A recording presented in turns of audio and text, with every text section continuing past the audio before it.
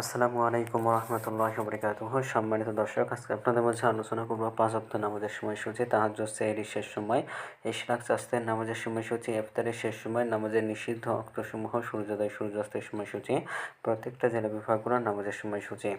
তো আজকে বুধবার ৮ই এপ্রিল ২০২৬ ইংরেজি, ২৫শে চৈত্র ১৪৩২ বাংলা, ১৯শে শাওয়াল ১৪৪৭ হিজরি। ঢাকা মতো পার্শ্ববর্তী এলাকার নামাজের সময়সূচিগুলো তুলে ধরবো, তারপরে অন্যান্য জেলা বিভাগগুলোর নামাজের সময়সূচিগুলো তুলে ধরবো।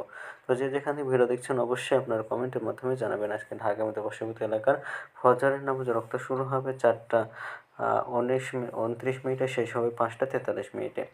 জোহরের নামাজের রক্ত শুরু হবে 12টা 4 মিনিটে, শেষ হবে 4টা 28 মিনিটে। আসরের নামাজের রক্ত শুরু হবে 4টা 29 মিনিটে, আসরের নামাজের রক্ত শেষ হবে 6টায়। মাগরিবের নামাজের রক্ত শুরু হবে 6টা 21 মিনিটে, মাগরিবের নামাজের রক্ত শেষ হবে 7টা 35 মিনিটে। এশার নামাজের রক্ত শুরু হবে 7টা 36 মিনিটে। এশার নামাজের রক্ত আজকে শেষ হবে ভোর 4টা 22 মিনিটে, অর্থাৎ সুবহে সাদিকের পূর্ব পর্যন্ত। আজকে ঢাকার মতো পার্শ্ববর্তী এলাকার সেহরির শেষ সময় হলো 4টা 23 মিনিটে, আর ইফতারের সময় সন্ধ্যা 6টা 21 মিনিটে। আজকের নফল নামাজের উত্তম সময় ইশরাকের রক্ত সকাল 5টা 58 মিনিট থেকে 8টা 39 মিনিট পর্যন্ত। চাস্তের রক্ত সকাল 8টা 40 মিনিট থেকে 11টা 57 মিনিট পর্যন্ত। এবং তাহাজ্জুদ নামাজের রক্ত উত্তম সময় রাত 1টা 5 মিনিট থেকে ভোর 4টা 22 মিনিট পর্যন্ত। আজকে নামাজের নিষিদ্ধ রক্ত হলো 3টার সময়, সকালে 5টা 44 মিনিট থেকে 5টা 57 মিনিট পর্যন্ত, দুপুরে 11টা 58 মিনিট থেকে 12টা 3 মিনিট পর্যন্ত, এবং সন্ধ্যায় 6টা 1 মিনিট থেকে 6টা 17 মিনিট পর্যন্ত।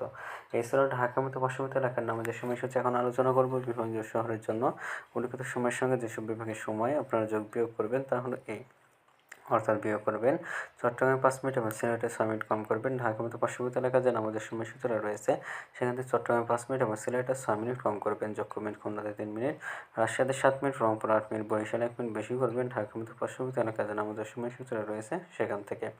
আজকের ভিডিওটি বলতে ছিল, আর এই সূত্র নিয়েছি ইসলামিক ফাউন্ডেশন থেকে। ভিডিওটি ভালো লাগলে অবশ্যই চ্যানেলটি সাবস্ক্রাইব করে পাশে থাকবেন। ধন্যবাদ সকলকে। আসসালামু আলাইকুম রহমতুল্লাহি ওয়া বারাকাতুহু।